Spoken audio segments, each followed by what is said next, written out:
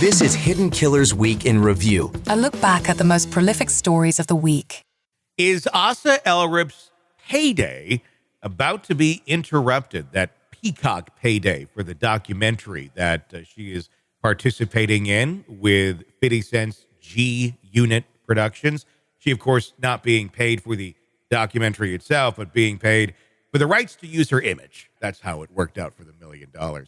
Well, if some lawmakers have their way, that money may not be staying with Asa very long. The Son of Sam law does exist, but that speaks more to directly the criminals that are being accused of crimes or convicted of crimes. That would apply more to her husband, Rex, who's accused of being the Long Island serial killer. The expansion proposal of this law, this new bill in New York, proposes to expand it to also include defendants' relatives. Attorney John Ray, representing some of the victims' families, does support this move.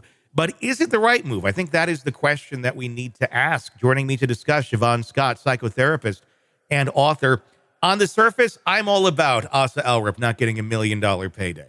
But at the end of the day, and this is a state law, so this would just really affect New York, it would also affect individuals like a Carrie Rawson or someone who is also a victim of their circumstance, of their supposed one-time loved ones. Her father being the BTK killer, she spends her life as a victim advocate now.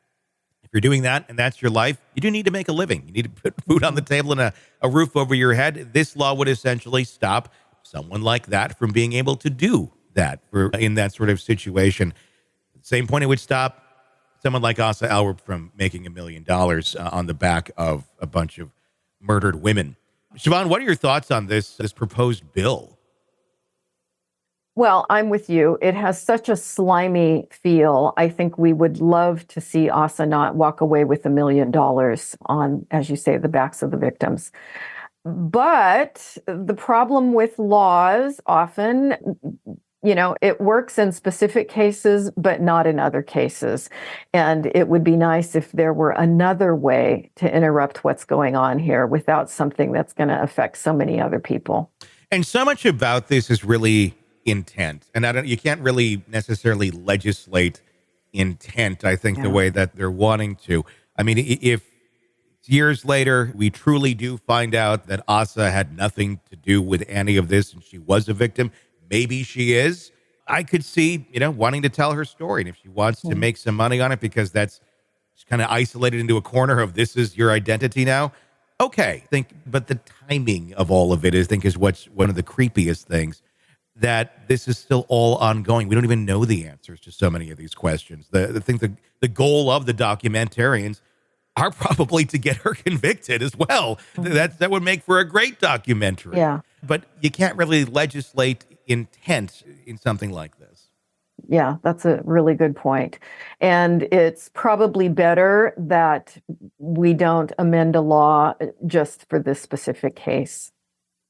It makes me wonder if something like this has ever been proposed in the past. I don't know the answer to that. Or if there would be some way to word this to really kind of to capture what's going on in a situation. Yeah, just narrow in on this particular case or come up. I would think there's possibly a way to use nuance and finesse to come up with something that's a bit more narrow and less broad that would not impact someone like Carrie, who down the road, because her story was not told immediately. It wasn't part of the trial. It wasn't this sensationalized documentary process. And so there may be a way to have some finesse and do something that would be more targeted and fit better. I think if the documentarians do get what they want, essentially a repeat of like Robert Durst and the Jinx incriminating themselves right there on film. And if there is some sort of charges or convictions ever brought against Asa, $1 million, I guess that could go a long way in the canteen in prison, if that's in fact where she ends up. If not, we'll just have to see where this all goes. It's another piece of this case that just gets weirder by the day.